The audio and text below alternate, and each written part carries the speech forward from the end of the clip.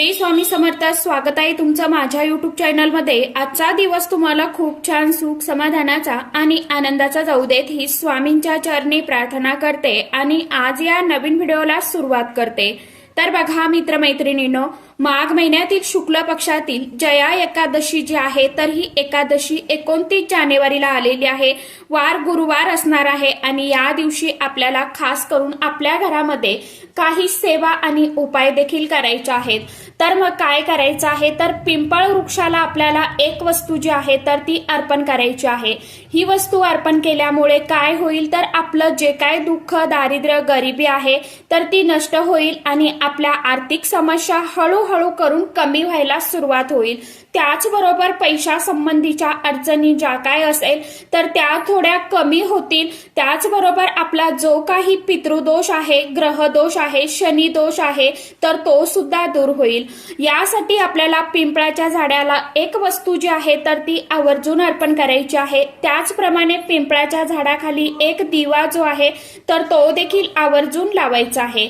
हा दिवा कशा पद्धतीने लावायचा आहे, दिव्यामध्ये नेमकं कोणतं तेल आपल्याला वापरायचं आहे, कशा पद्धतीने दिवा लावायचा आहे, आपल्याला कोणत्या चुका करायच्या नाहीये। त्याचबरोबर पिंपळाचं झाड जे आहे ना तर ते आपल्या हिंदू धर्मामध्ये अतिशय अत्यंत शुभ आणि तितकंच प्रभावशाली मानलं जातं। त्याचप्रमाणे वटवृक्षाला, बेलाच्या झाडाला, केळीच्या झाडाला, शमीच्या झाडाला, आवळ्याच्या झाडाला हिंदू धर्मामध्ये धार्मिक महत्व तसं बघायला गेलं तर खूप दिलं जातं।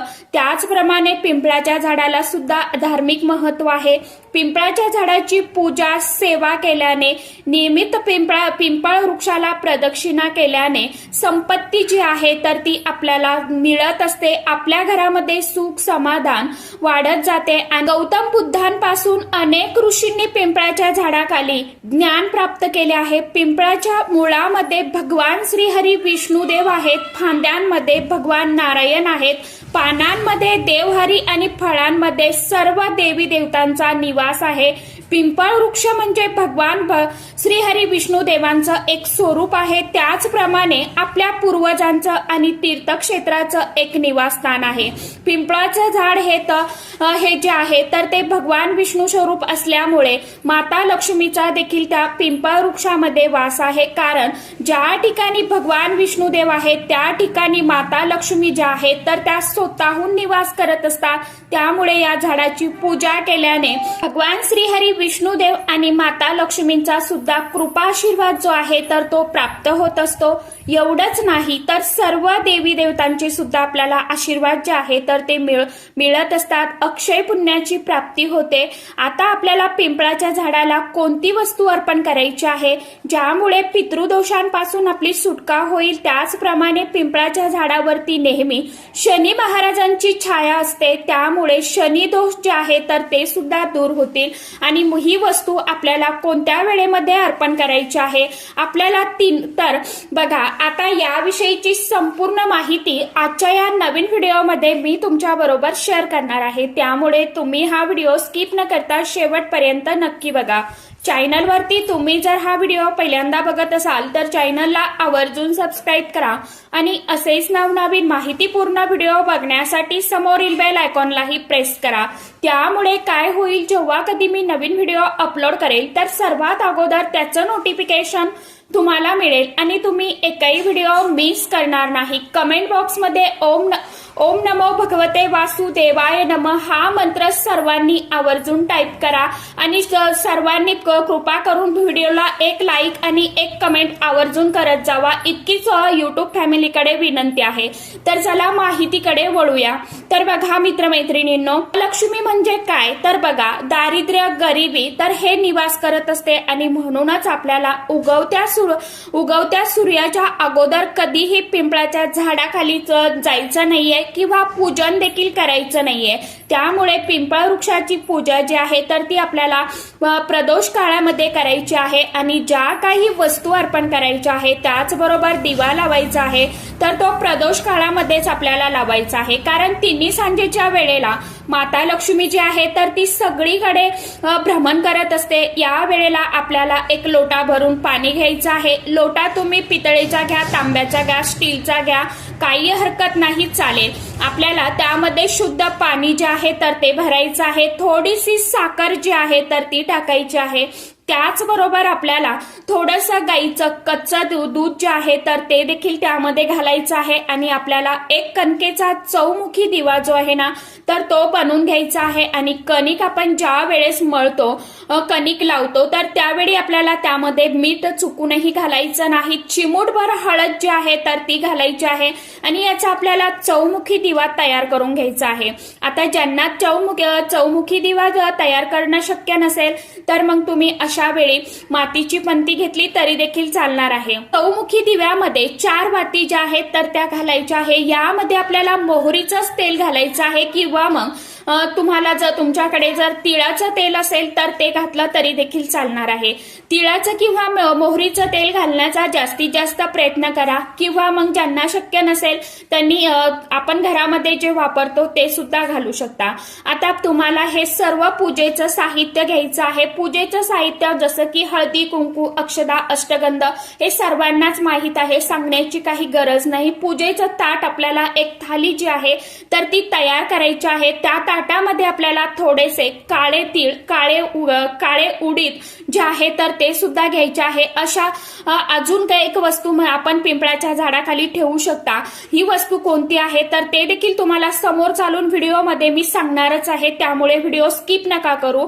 पिंपळाच्या झाडाजवळ गेल्यानंतर सर्वात अगोदर आपल्याला पिंपळ वृक्षाला प्रार्थना करायची, नमस्कार करायचा आणि त्यानंतर आपल्याला अगोदर चौमुखी दिवा जो आहे तर तो प्रज्वलित करून घ्यायचा. दिवा ठेवण्याच्या अगोदर आपल्याला खाली डायरेक्ट जमिनीवरती दिवा कधीही ठेवायचा नाहीये, कारण की जमिनीला आस लागते. म्हणून आपल्याला एक पान किंवा फुलांच्या पाकळ्या किंवा तांदूळाचा आसन तुम्हाला द्यायचं आहे दिव्याला आणि नंतर दिवा ठेवायचा आहे. दिवा प्रज्वलित करायचा आहे. दिव्याला मनोभावे हळदी, कुंकू, अक्षदा, फूल अर्पण करायचं आहे आणि त्यानंतर दिवा आपल्याला प्रज्वलित केल्यानंतर दिव्याला परत एकदा नमस्कार करायचा. यानंतर आपण सोबत जे काही लोटा भरून पाणी घेतलेलं आहे तर ते पाणी आपल्याला ओम नमो भगवते वासुदेवाय नमः या षडाक्षर मंत्राचं पठण करत आपल्याला हे पिंपळ वृक्षाला पाणी अर्पण करायचं आहे.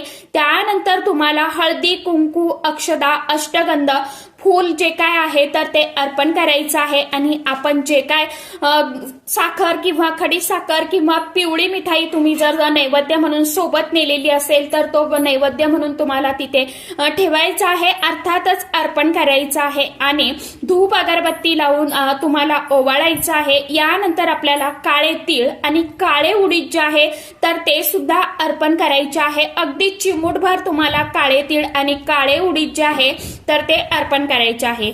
उडीद ओपन केले तरी सुद्धा चालतील. यानंतर आपल्याला अजून एक वस्तू पिंपळाच्या झाडाखाली ठेवायची आहे, ती म्हणजे ज्यावेळी आपण घरातून बाहेर जाणार आहोत ना त्यावेळेला आपल्याला सप्तधान्य जे आहे तर ते घ्यायचं आहे. प्रत्येक धान्याचे आपल्याला 5 किंवा 7, 9 असे दाणे घ्यायचे आहे. विषम संख्येमध्ये घेण्याचा प्रयत्न करा. असे तुम्हाला सप्तधान्य घ्यायचे आहे. आपल्याला ही धान्य आपल्या मुठीमध्ये ठेवायची आणि घराच्या मुख्य दरवाजावरून 7 वेळा ओवाळून घ्यायची. म्हणजे आपल्या घरातील जी काही निगेटिव्हिटी आहे तर ती त्यामध्ये कॅप्चर होईल आणि ही धान्य आपल्याला पिंपळ वृक्षाखाली अर्पण करायची आहे. अशा प्रकारे पिंपळाच्या झाडाची पूजा करायची आहे. पिंपळाच्या झाडाखाली तिळाच्या किंवा मोहरीच्या तेलाचा दिवा लावायचा आहे. दिवा लावताना आपल्याला दिव्यामध्ये अखंड 5 तांदूळाचे दाणे जे आहेत तर ते देखील दिव्यामध्ये घालायचे आहे आणि जेव्हा मोहरीचा तेलाचा दिवा पिंपळाच्या झाडाखाली लावतो तर त्यावेळी शनी महाराजांचा शनीशी संबंधित त्रास जो आहे तर तो दूर होत असताना आपली 7.5 जी आहे तर ती हळूहळू करून कमी होत असते. 7.5चा त्रास जो आहे तर तो कमी होतो.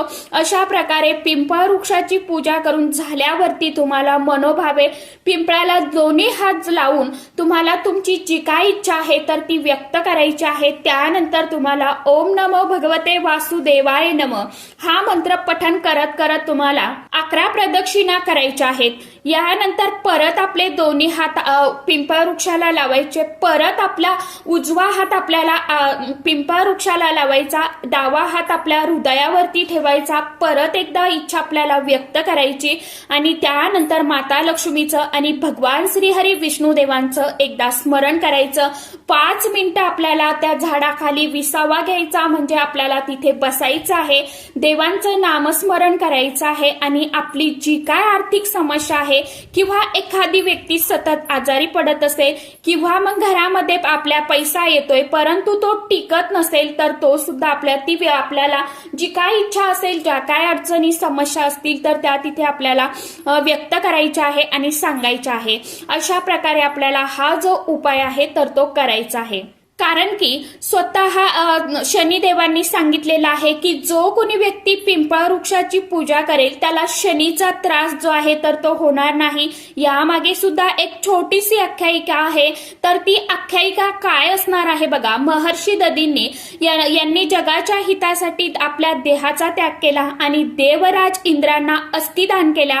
मग विश्वकर्माने ददीजीच्या हाडांपासून वज्र नावाचे शस्त्र बनवले. हे खूप शक्तिशाली होते. महर्षी ददीजी यांच्या पत्नीला जेव्हा हे कळले तेव्हा तिला खूप वाईट वाटले आणि त्या सतीस जाण्यास निघाल्या. देवांनी तिला थांबवण्याचा खूप अतोनात प्रयत्न केला परंतु तिने ऐकलं नाही. महर्षी ददीची त्यांची जी पत्नी होती तर त्या वेळेला त्या गर्भवती होत्या.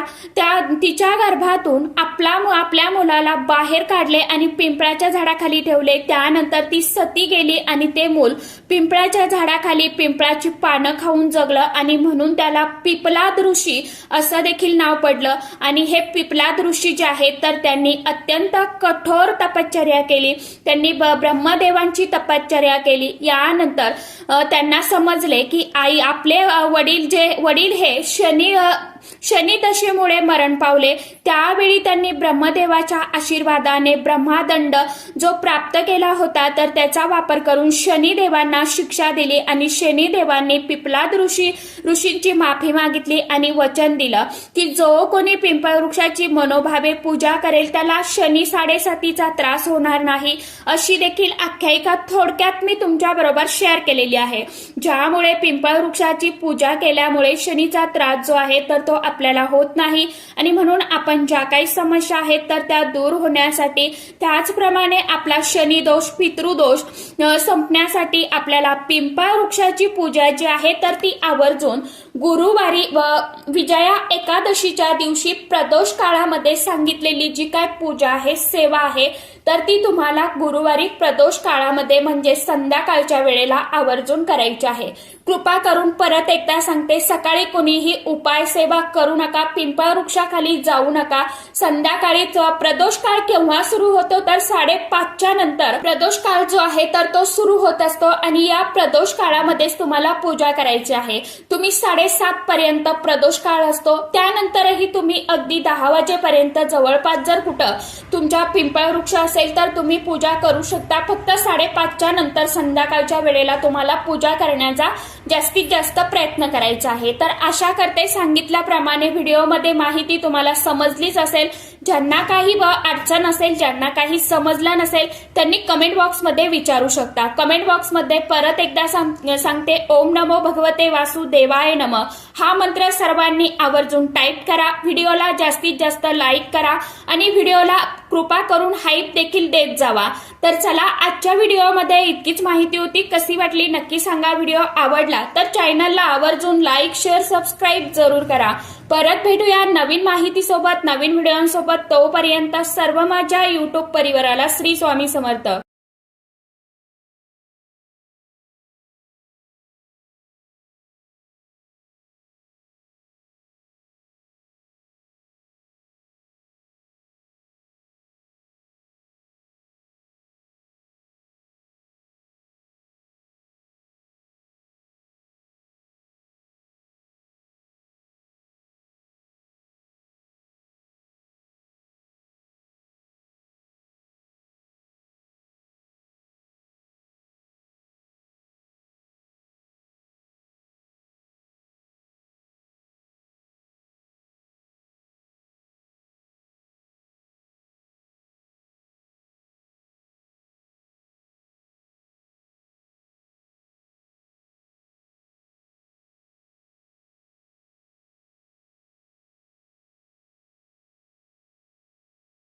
लक्ष्मी जी आहे तर ती असते माता लक्ष्मीची बहीण म्हणजेच अलक्ष्मी असते.